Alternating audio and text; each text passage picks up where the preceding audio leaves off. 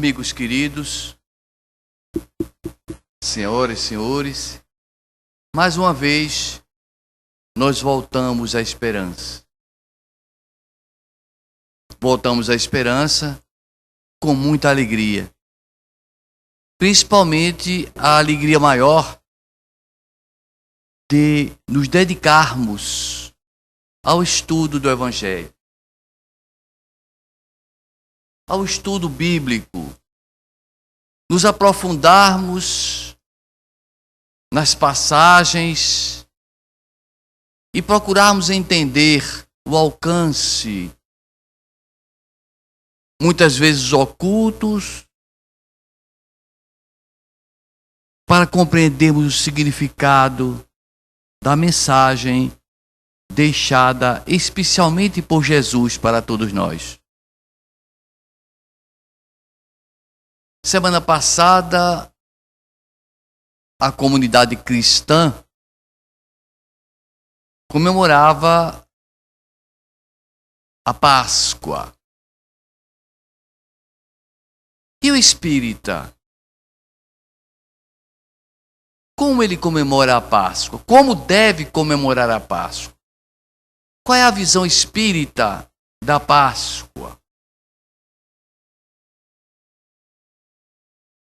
Antes de chegarmos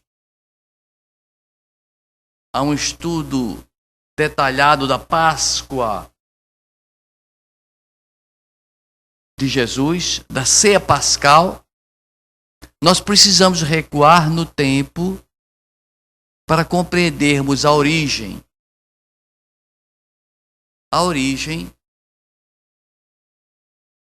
dessa celebração judaica. Sim, porque a Páscoa é uma celebração judaica. E Jesus, como judeu,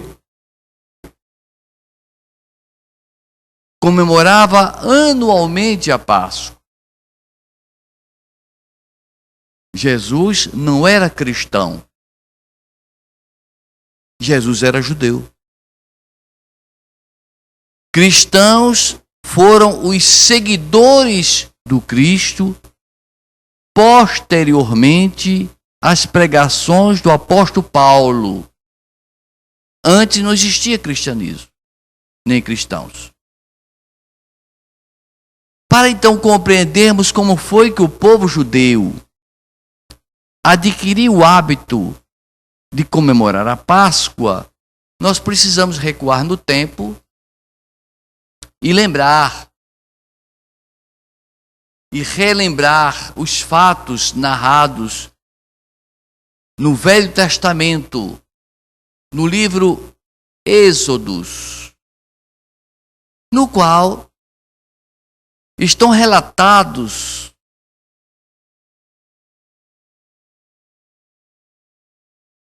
as pragas do Egito. Foi ali no Êxodos que um dia Deus aparece a Moisés e Moisés fala com Deus. E nós espíritas precisamos fazer uma pequena pausa para explicar, para esclarecer que quando diz o Velho Testamento que Moisés conversou com Deus, que esse Deus que Moisés conversou não é o Deus, inteligência suprema do universo, causa primária de todas as coisas. Não foi esse Deus. Porque esse Deus incriado, que é a inteligência suprema do universo, não tem forma, não tem boca, não tem olhos, não tem corpo físico. Portanto, não articula vocábulos, frases. Jesus diz, em certa ocasião, que ninguém jamais viu a Deus nem sabe como é o seu parecer. E por que Moisés diz que conversou com Deus? Primeiro, para impressionar. Se você diz que conversou com um espírito, esse espírito mandou um recado, poucos vão obedecer. Mas se você disser que Deus teve e mandou um recado, todo mundo obedece. Portanto, Moisés conversa com espíritos superiores enviados de Deus, que ele denomina Deus, dizendo o seguinte: Moisés, o meu povo encontra-se escravizado no Egito por séculos. E eu quero o seu empenho para libertar o povo hebreu que está destinado a chegar à terra prometida. É um povo escolhido por mim para o futuro. Então, Moisés refuta ali: Senhor, como é que eu vou conversar com o faraó para libertar o povo hebreu? E o faraó não vai dar ouvidos a mim. Como é que vai libertar toda a mão trabalhadora, todos os escravos? Porque o povo hebreu eram os escravos que faziam o trabalho pesado do Egito. Não havia essa hipótese de libertar esse povo. Quem iria fazer as estradas, os prédios, as construções?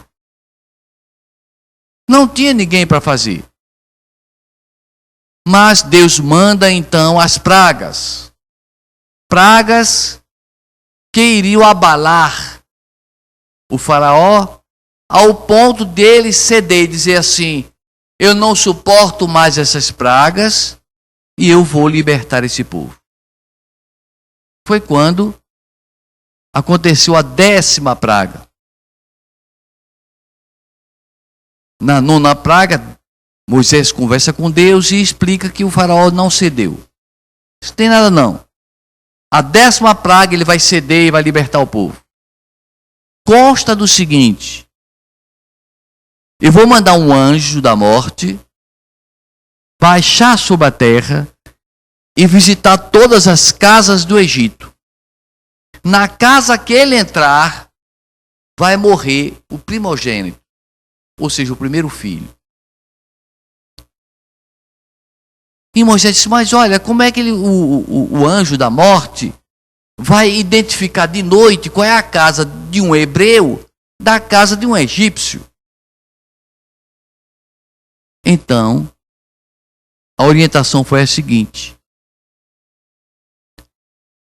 o povo hebreu deve, cada família, matar um cordeiro imaculado, um cordeiro sem nenhum defeito, não quebrar nenhuma perna dele, retirar o sangue desse cordeiro, pintar as portas de suas casas. E esse cordeiro deve ser assado para ser comido no dia seguinte. E assim foi feito. Quando de madrugada o anjo da morte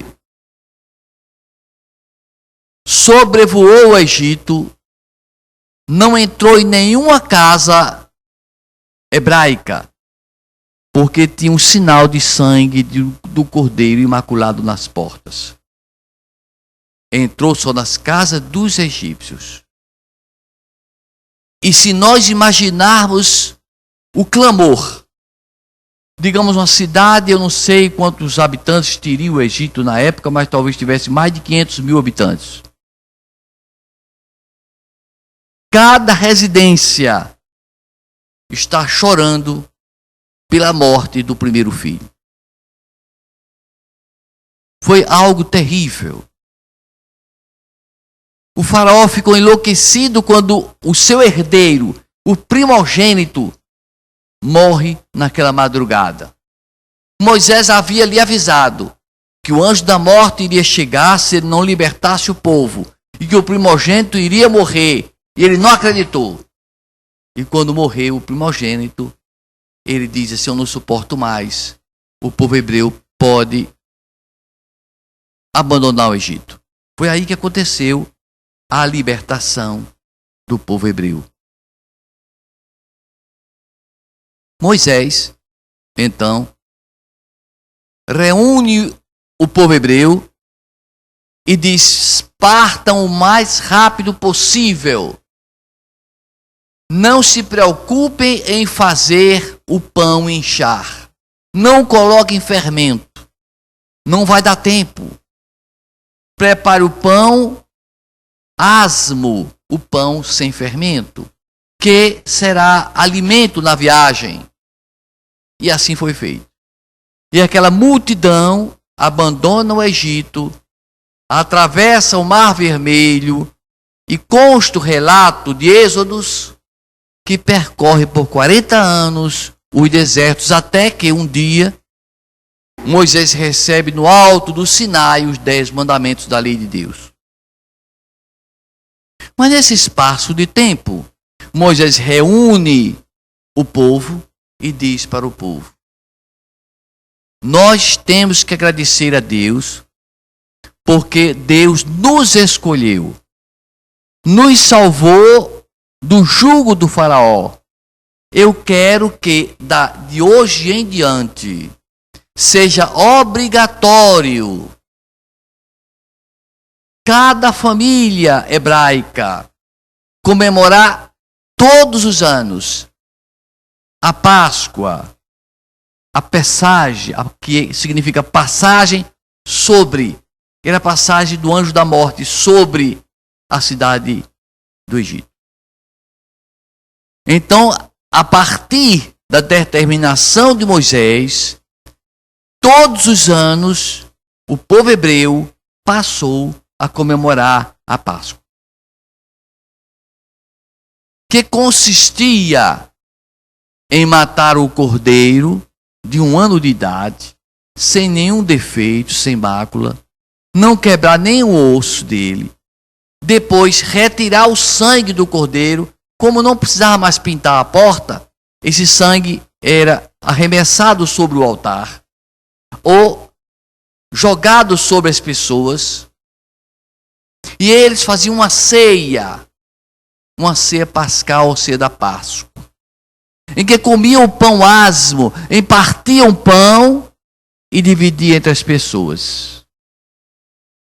Tomavam uma sopa amarga para se lembrar dos tempos amargos do Egito. E tomavam vinho, porque o vinho era um símbolo marcante entre os egípcios, entre os hebreus e entre os gregos. Esses povos prestavam homenagem ao trigo e à uva, porque, afinal de contas, simbolizava a vida deles. Eles eram o resultado do alimento básico do trigo e da uva. Era o alimento básico. Então, eles honravam, enalteciam a uva e o trigo. Os hebreus passaram a exaltar não mais o trigo, mas o pão, porque entendiam que era um simbolismo muito mais avançado, o pão, que era o trigo que foi macerado, que foi colhido, que foi cultivado, que foi apanhado com sacrifício, que foi triturado, que foi levado ao forno.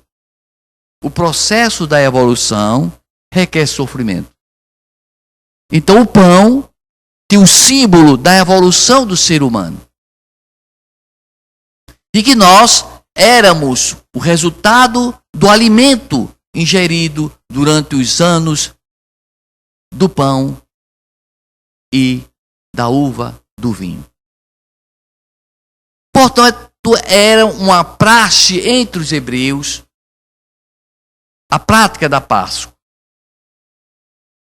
Ao ponto tal que, no livro Números, capítulo 9, versículo 13, Moisés determina que a família que não fizesse a Páscoa e ficasse provado que estava essa família na cidade, seriam mortos. Então a Páscoa era obrigatória. Ai daquela família que não fizesse a Páscoa.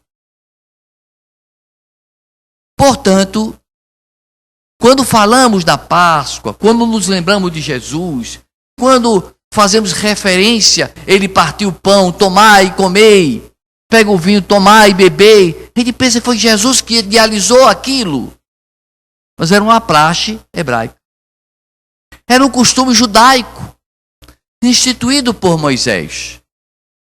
Jesus não criou nada disso. Era obrigatório fazer a Páscoa, em que o ancião, no momento da Páscoa, fazia um relato sucinto da história da escravidão no Egito, do tempo que o faraó libertou, da passagem no Mar Vermelho, do recebimento dos 10 mandamentos da lei de Deus no Monte Sinai. Tudo era relatado durante a ceia pascal. Chegamos ao tempo de Jesus. Porque Moisés viveu 1240 anos antes de Jesus. Chega a época de Jesus. Nasceu judeu, viveu judeu. Era obrigatório ele fazer as normas, obedecer às normas judaicas. E ele todos os anos participava da Páscoa. Ele nas suas pregações, no terceiro ano, quando se avizinhava a ceia pascal última, porque depois ele seria crucificado, ele então diz: eu quero fazer a Páscoa com vocês. Guardo ansiosamente essa vontade de fazer a Páscoa com vocês, para fazer um novo pacto, uma nova aliança, uma nova proposta. Porque entre os hebreus foi feita uma proposta, um pacto entre o povo e Deus. A Páscoa era o pacto do povo hebreu. O pacto consistia em matar o cordeiro, fazer a Páscoa, lembrar-se dos rituais, obedecer os 10 mandamentos. Esse era o pacto do povo hebreu. Jesus queria colocar um novo pacto, não mais para homenagear Moisés, não mais para homenagear aquela libertação do povo hebreu, mas seria um marco novo, seria um pacto dos seguidores de Jesus com Jesus e Deus. Era uma nova aliança. E ele tinha que fazer isso de uma maneira sutil, para não magoar, para não ferir os costumes hebraicos.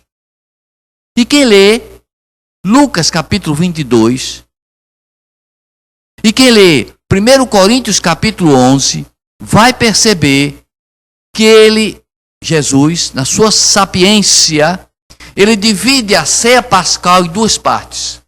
A primeira parte ele fez a Páscoa judaica.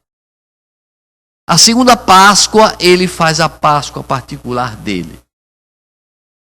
Que é o segundo pacto, que é a nova aliança que ele propõe aos seus seguidores.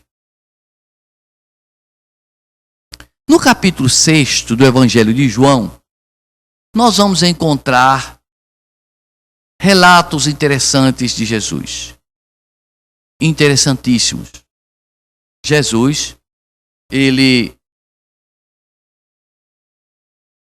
está fazendo suas pregações e uma grande multidão o escuta. E ele então chama por Filipe, um dos seus apóstolos, e disse: que iremos dar de comida para esse povo? Mestre, é gente demais. Não temos condições, nem 200 denários compra o alimento necessário para esse povo todo. Não tem nem como pensar. André, Jesus perguntou. Veja o que você pode conseguir por aí. E André sai perguntando às pessoas e volta, diz, mestre, eu dei um giro por aqui e consegui 5 pães e 2 peixes. Que tal? Para dividir para 10.000 pessoas. Estava complicado. Jesus diz assim, está ótimo. 5 pães e 2 peixes, dá de sobra. Como assim? Traga os cestos que vocês têm vazios. Trouxeram 12 cestos vazios. E Jesus começou a partir o pão. Partia, e na medida que ele partia, o pão crescia, tornava-se inteiro. Partia, tornava-se inteiro. Partia, tornava-se inteiro. Ele fez a multiplicação dos pães, entregando os apóstolos, e foi multiplicando, partindo, ficando outro inteiro e partindo. E todas 10.000 pessoas, entre homens, mulheres e crianças, se alimentaram, se fartaram de pão e peixe. Não é de admirar esse prodígio de Jesus. Primeiro porque ele havia sido o químico, o biólogo, o botânico, que semeou o planeta Terra. Foi ele que colocou a plantação, que germinou a vida na Terra. Está lá em João capítulo 1. No princípio era o verbo. Todas as coisas foram feitas por ele. E sem ele, nada do que foi feito se fez. Tudo foi feito por Jesus. Ele sabia da fórmula como fazer o trigo, como fazer a uva, como fazer a videira, ele sabia. Ao invés dele ir nas padarias e pedir que os espíritos trouxessem pão pronto das padarias, ele pediu os espíritos assessores dele que processassem no próprio espaço do trigal e fabricasse ali o pão. Um prodígio extraordinário de Jesus. E todos ficaram satisfeitos, felizes. No dia seguinte a multidão dobrou. Ele vai e começa a dizer para eles, vocês estão me seguindo mais interessado no alimento que eu dei, que passou a fome, do que na palavra que eu digo. Mas eu digo uma coisa para vocês. Preocupai-vos primeiramente com o alimento da alma. Porque esse pão que eu dei, o pão que Dom Moisés deu ao povo hebreu quando estava no deserto, quem comeu dele voltou a ter fome. E todos eles que comeram desse pão morreram. Do pão que Moisés deixou, desse pão que eu distribuí, todos vão morrer. E todos voltarão a ter fome. Mas eu tenho um pão. Eu sou o pão da vida. Quem provar desse pão jamais terá fome. Se nós aqui perguntarmos a vocês, me permitam, quando Jesus disse assim, eu sou o pão da vida, eu quero saber se alguém aqui presente pensou, imaginou Jesus um pão francês, um pão suíço, um pão integral, uma rosca. Ninguém pensa isso. É óbvio que Jesus falava figuradamente. Eu sou o pão da vida, era a sua mensagem que alimentava as pessoas. Quem se nutrisse de Jesus jamais iria ter fome. Jamais. Então Jesus se lembra de que aquele povo que comeu o pão, que comeu o peixe, nas Páscoas comiam o quê? Além do pão e o peixe, comiam o cordeiro que era assado. Porque nas Páscoas matavam o cordeiro, tiravam o sangue, assavam o cordeiro e comiam o cordeiro. E quem comesse o cordeiro na Páscoa, voltava a ter fome? Voltava. Qual era o cordeiro que deveria ser comido e jamais ter fome quem se alimentasse dele? O cordeiro era Jesus. Quem se alimentasse de Jesus jamais teria fome. É esse o grande simbolismo. O grande simbolismo. Porque João o Batista, ele diz assim, quando avista Jesus, vindo em sua direção, aponta para Jesus e diz: eis o Cordeiro de Deus que tira o pecado do mundo.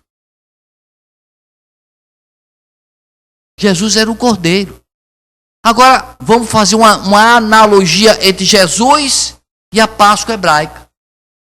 Na Páscoa hebraica, eles pegavam e matavam um cordeiro sem defeito. Jesus, após a Páscoa, ele era o cordeiro e ia ser morto, crucificado. Na Páscoa hebraica, eles tiravam o sangue e jogavam no altar. O altar de Jesus foi a cruz. O sangue escorreu no altar de Jesus, que era a cruz. Não quebrasse nem o osso do cordeiro para fazer a Páscoa. Quando Jesus foi crucificado, não foi quebrado nem o osso de Jesus. Existe um simbolismo e uma analogia entre o cordeiro, ser vivente, que era sacrificado na Páscoa hebraica, e o Cordeiro Imaculado de Deus, sacrificado, que derramou seu sangue por nós. É tudo um tremendo símbolo.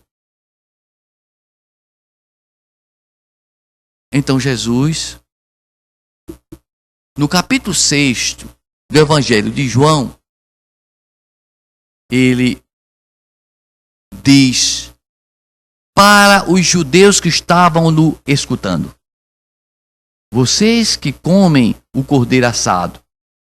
Esta frase, vocês que comem o cordeiro assado, sou eu que estou colocando. Subentende-se que ele disse isso, e que ele pensou em dizer isso. Ele disse o seguinte, Jesus diz o seguinte, capítulo 6 do Evangelho de João: aquele que não comer minha carne e não beber meu sangue, não será salvo. Não terá vida em si mesmo. Comer minha carne e beber meu sangue. Ele estava fazendo uma analogia. Ele era o cordeiro. O pessoal comia o cordeiro. Era uma analogia. Só que quem comia o cordeiro ia voltava a ter fome. Quem comesse do cordeiro, Jesus, na sua mensagem, não iria ter mais fome. Era um simbolismo. Era uma metáfora. Então Jesus diz assim: quem vem a mim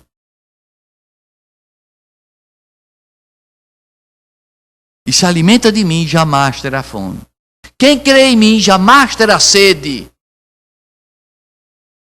Jamais terá sede. Jesus, nesse capítulo 6 do Evangelho de João, traz enigmas que precisam ser estudados, verificados.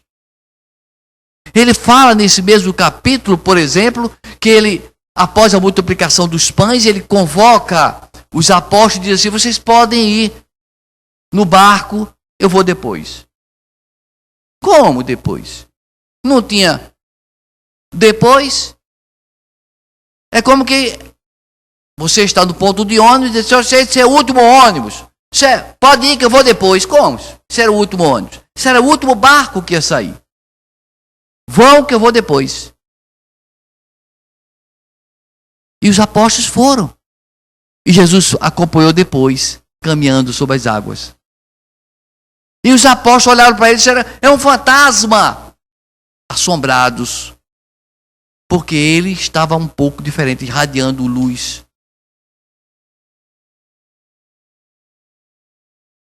Portanto, o capítulo 6 do Evangelho de João traz várias incógnitas, vários ensinamentos profundos que precisam ser analisados com calma. Com muita calma.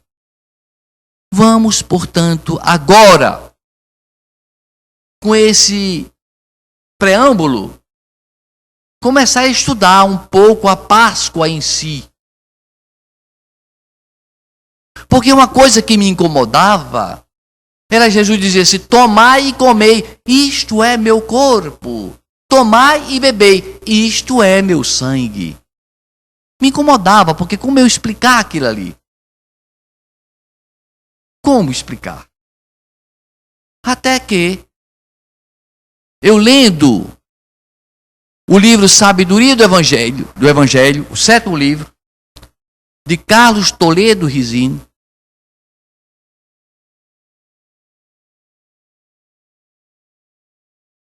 não é Toledo Rizzini, é Carlos...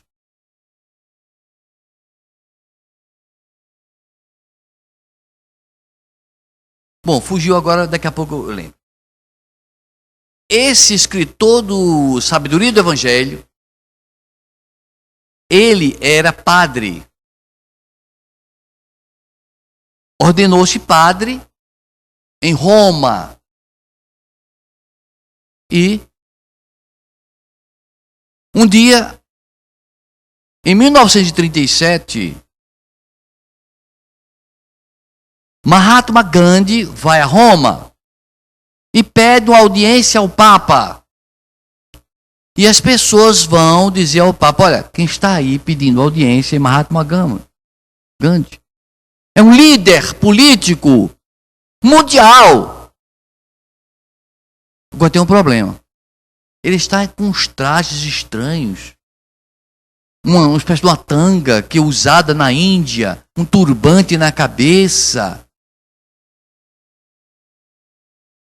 E o Papa disse que não recebia. Que não recebia porque ele não estava com a roupa adequada.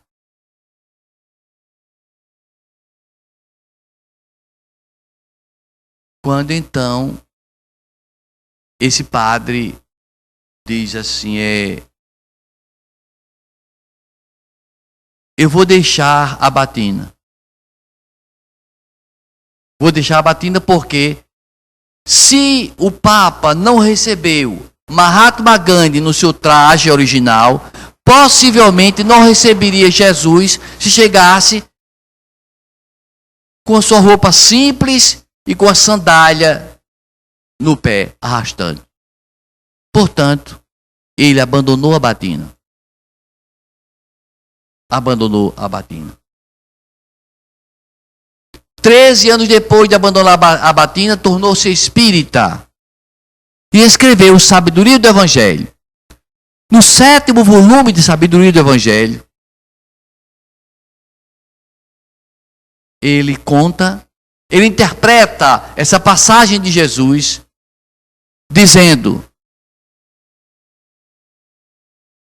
que quando Jesus pega o pão e parte, que era um ritual judaico, todos faziam isso, ele não estava inventando aquilo, e diz, isto é meu corpo, ele estava explicando, ele estava dizendo que nós somos feitos do pão.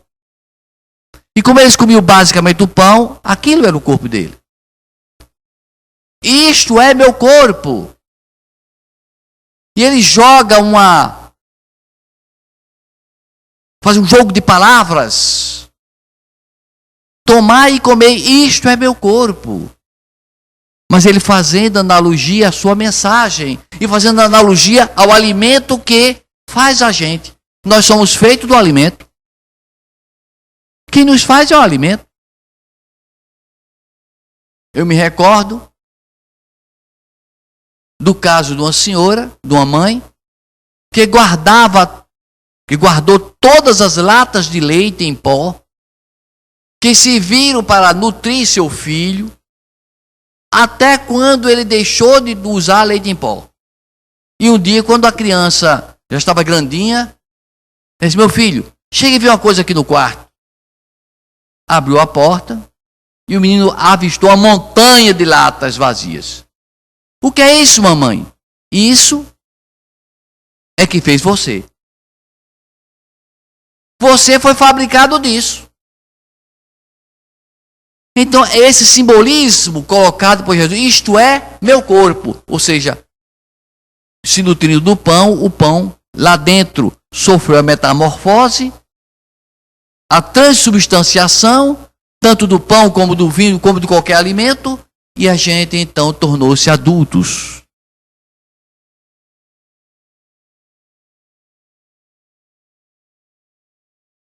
Portanto, lá em Lucas, ele faz essa divisão de Páscoa judaica e segunda parte, Páscoa proposta da segunda aliança de Jesus. No 1 Coríntios capítulo 11, tem um detalhe interessante que é: tomai e todas as vezes, diz assim, todas as vezes que comerdes do pão e todas as vezes que tomardes deste vinho, fazei em memória de mim. Parece que se repetiu a mesma coisa, mas não é. Enquanto um fala na Páscoa anual, tomai e comei, isto é meu corpo, tomai e bebei, isto é meu sangue. No outro diz, todas as vezes que comerdes deste pão e todas as vezes que tomardes deste vinho, em memória de mim, ou seja, todas as vezes que nos alimentarmos. Aí é o segredo. Então a Páscoa espírita deve ser o quê? Se lembrar do Cristo todas as vezes que te pôr o alimento na boca. Aí que está o segredo. Não é mais uma Páscoa para ser celebrado anualmente, nem mensalmente. É todas as vezes que botarmos o alimento na boca. Porque na verdade o alimento que estamos colocando na boca nada mais é do que fabricação de Jesus. Foi Ele que semeou a vida na terra. Temos que agradecer a Ele pelo alimento que ingerimos e que faz transformar nosso corpo. Nós somos o resultado desse alimento. Então aí fica o simbolismo da Páscoa. Para o espírita, fazer a Páscoa é orar em silêncio. Não precisa botar a mão posta, ajoelhar, nada disso. Feche os olhos momentaneamente antes de se alimentar e diz com o coração: muito obrigado, meu Deus. Que alimento maravilhoso. Muitos não têm direito a esse alimento. Sabendo-se também que tem outro alimento, que quem comer dele não vai ter fome mais. Qual é? Seguir os preceitos do Cristo. Que essa é a aliança com Jesus. Seguir os preceitos dele. Porque quem comer pão, farinha, feijão, vai voltar a ter fome. Mas quem se alimentar de Jesus. Porque ele disse, eu sou o pão da vida. Quem se alimentar de Jesus não vai ter mais fome. Portanto, não esperem para fazer essa Páscoa uma vez no ano. Faça toda vez que se alimentar. Para sempre estar nutrida a alma. Que a alma precisa de alimento todo dia. Passada a Páscoa, caminha-se para a crucificação. Jesus tinha recursos ao seu dispor para andar sobre as águas, para desaparecer.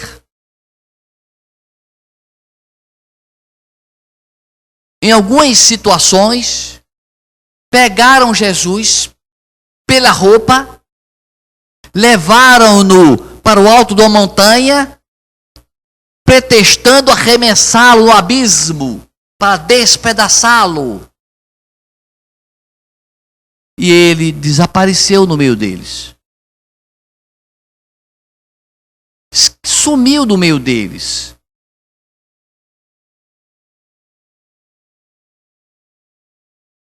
Mas como essa propriedade de desaparecer não é uma propriedade específica ou própria ou exclusiva de Jesus, é uma propriedade mediúnica de transporte.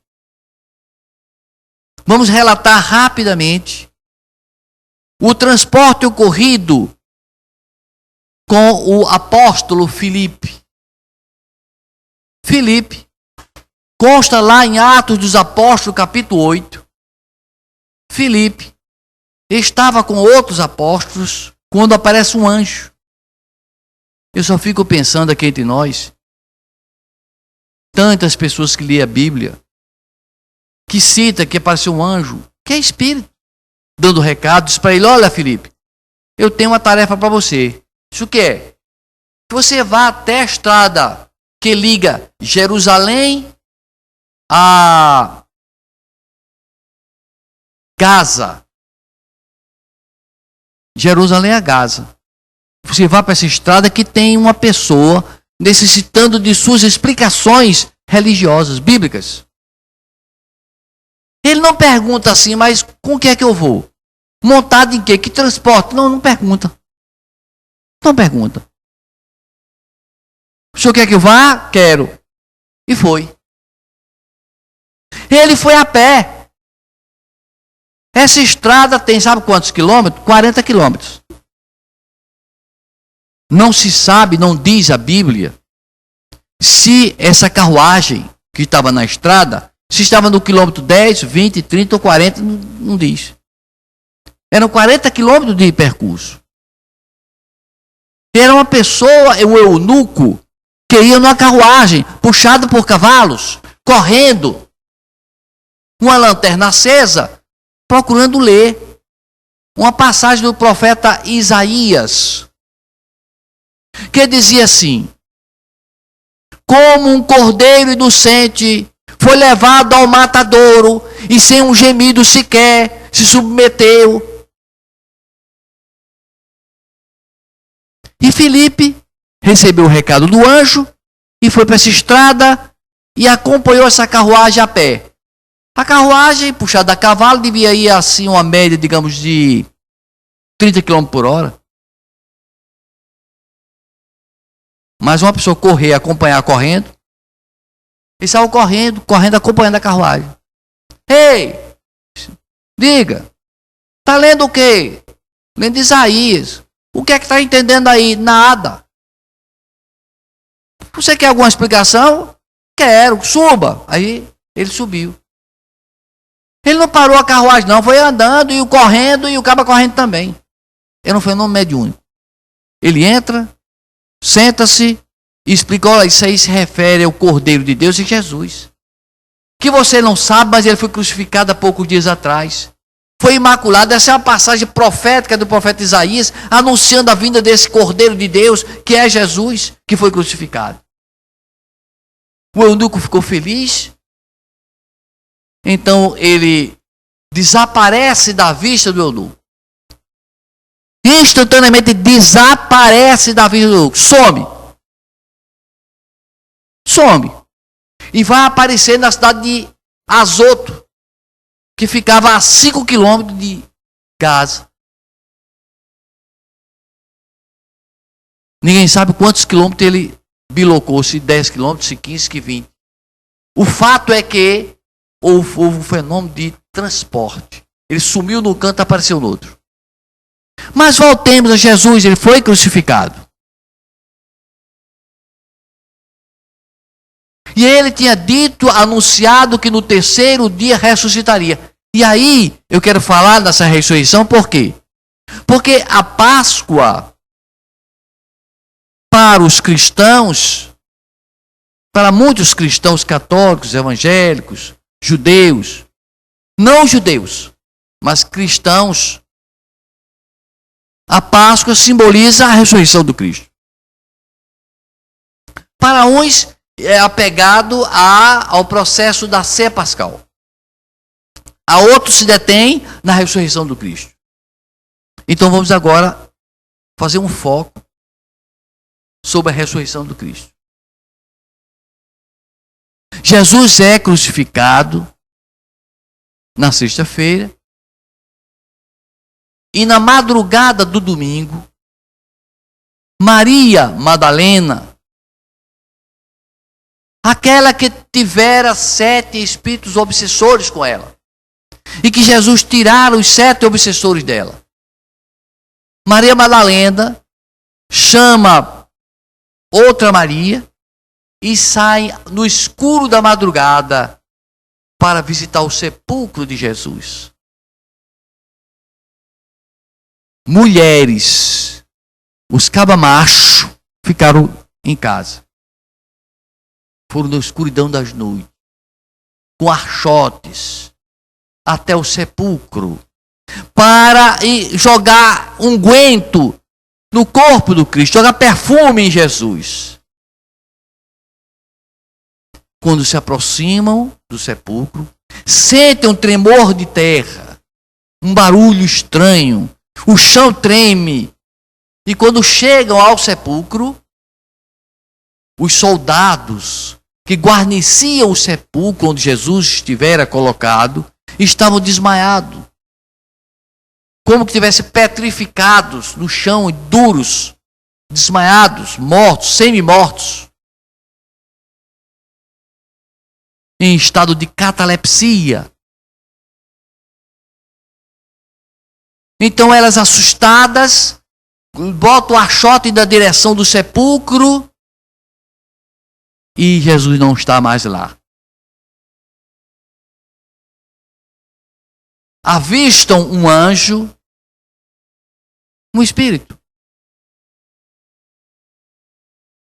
que diz: volta e avisa os apóstolos que Jesus já ressuscitou. Elas voltam para avisar os apóstolos. E aí nós vamos entrar na descrição de João capítulo 20.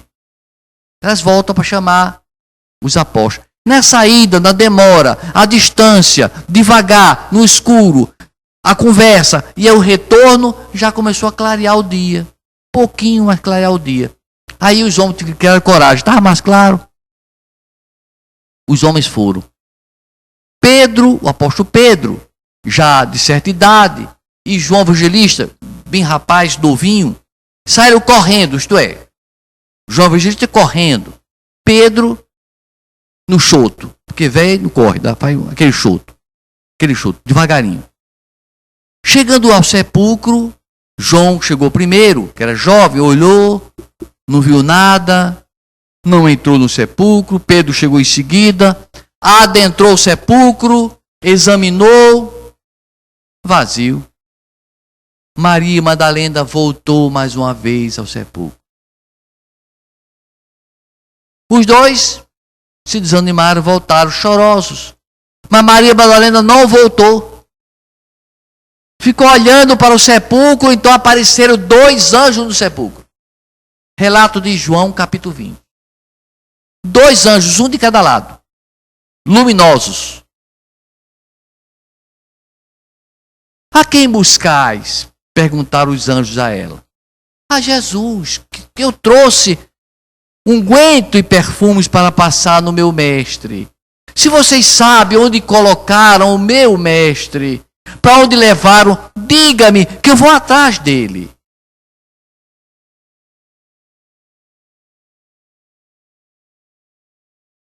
Eles disseram: ele já ressuscitou, não está mais aqui. Ela chorosa, pressente alguém atrás dela. Então vira-se e tem um rapaz, um jovem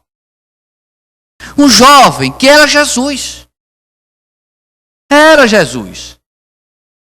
Mas que ela não conheceu. Não conheceu porque era diferente do Jesus que ela conhecia. Estava mais novo, estava mais belo, estava irradiando certa luminosidade. Era diferente porque se tratava de quê? Do corpo espiritual. Então a ressurreição, a Páscoa para o Espírito é o ressurgir do corpo espiritual de Jesus. O Espírito não crê que tenha sido o corpo físico que saiu do túmulo. Porque senão ela teria conhecido e visto as chagas, limpado o sangue. Não, não tinha sangue, não tinha nada. O corpo que foi crucificado não era aquele corpo que ela viu. E tanto ela não conheceu que diz assim: o senhor por acaso é o jardineiro?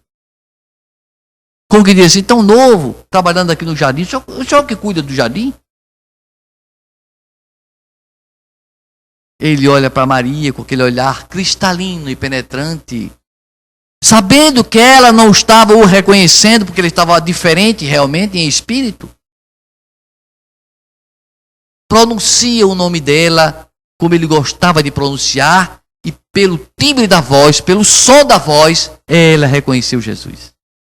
Quando ele diz, Maria. Ela diz, Rabone, Rabone, mestre, mestre, e atira-se aos seus pés. Não me toqueis. Por que terá sido que ele pediu para não tocar? Porque era um espírito materializado. Não totalmente materializado, ela podia passar a mão no vazio, assustar-se. Não me toqueis ainda. Porque eu ainda não subi para o meu Pai, o vosso Pai.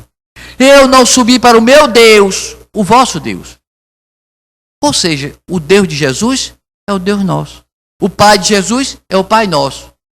Consequentemente, Jesus é o quê? Nosso irmão.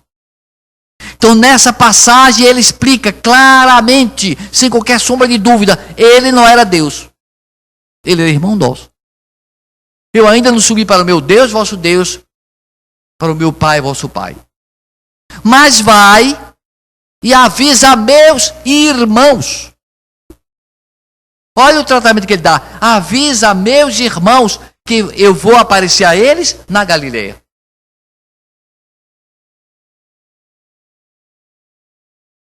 Para o Espírito, a Páscoa de Jesus. Esse é o corpo espiritual ressurrecto que aparece a nós na nossa memória, na nossa vibração, nas nossas orações. Que é cotidiana, que não vai esperar um ano para rezar, para esperar pela ressurreição. Ele é ressurrecto sempre. Porque ele afirmou, eu estarei convosco todos os dias, até a consumação dos séculos. Ele está hoje conosco, amanhã, depois, sempre.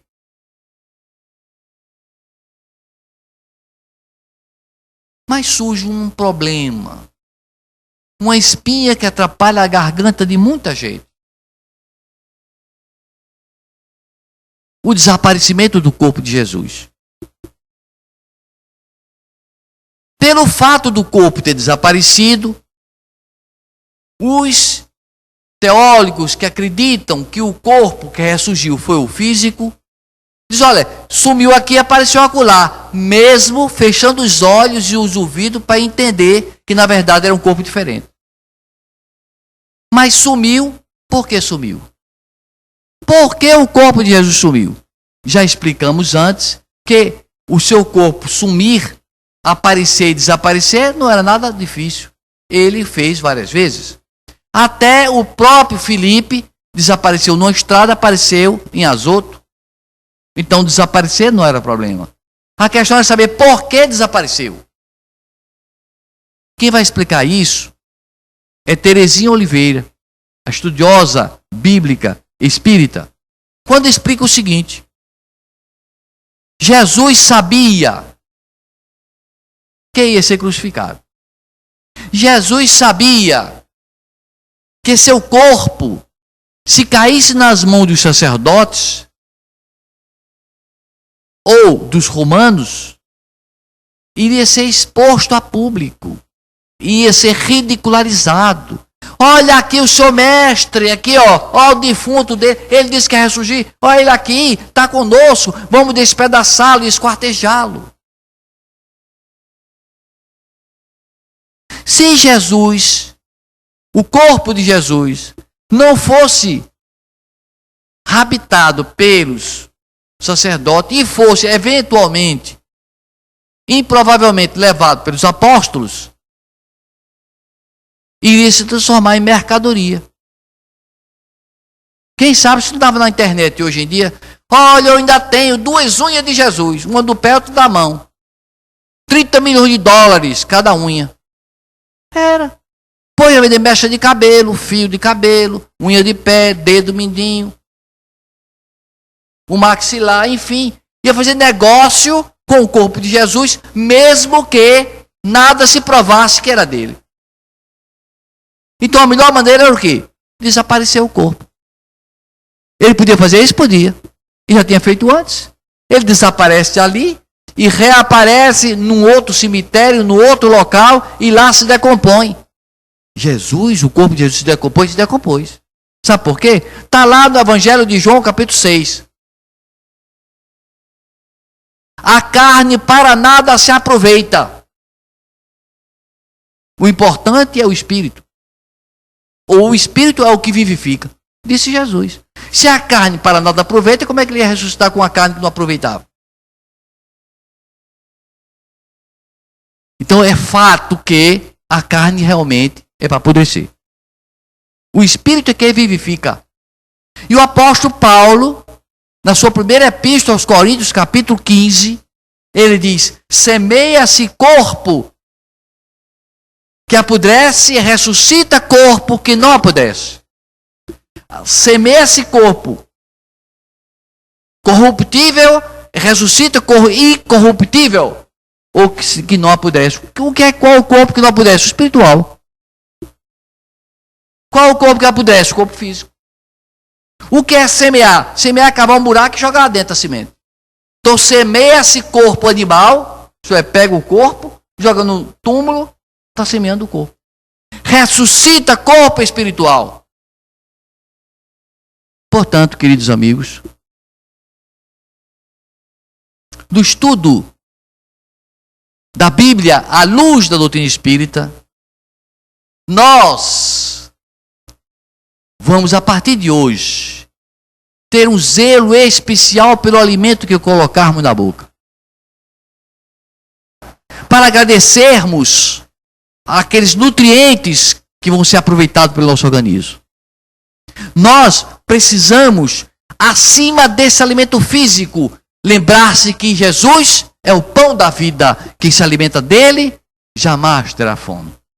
Então precisamos nutrir-nos da sua mensagem. Pôr a mensagem do Cristo em prática.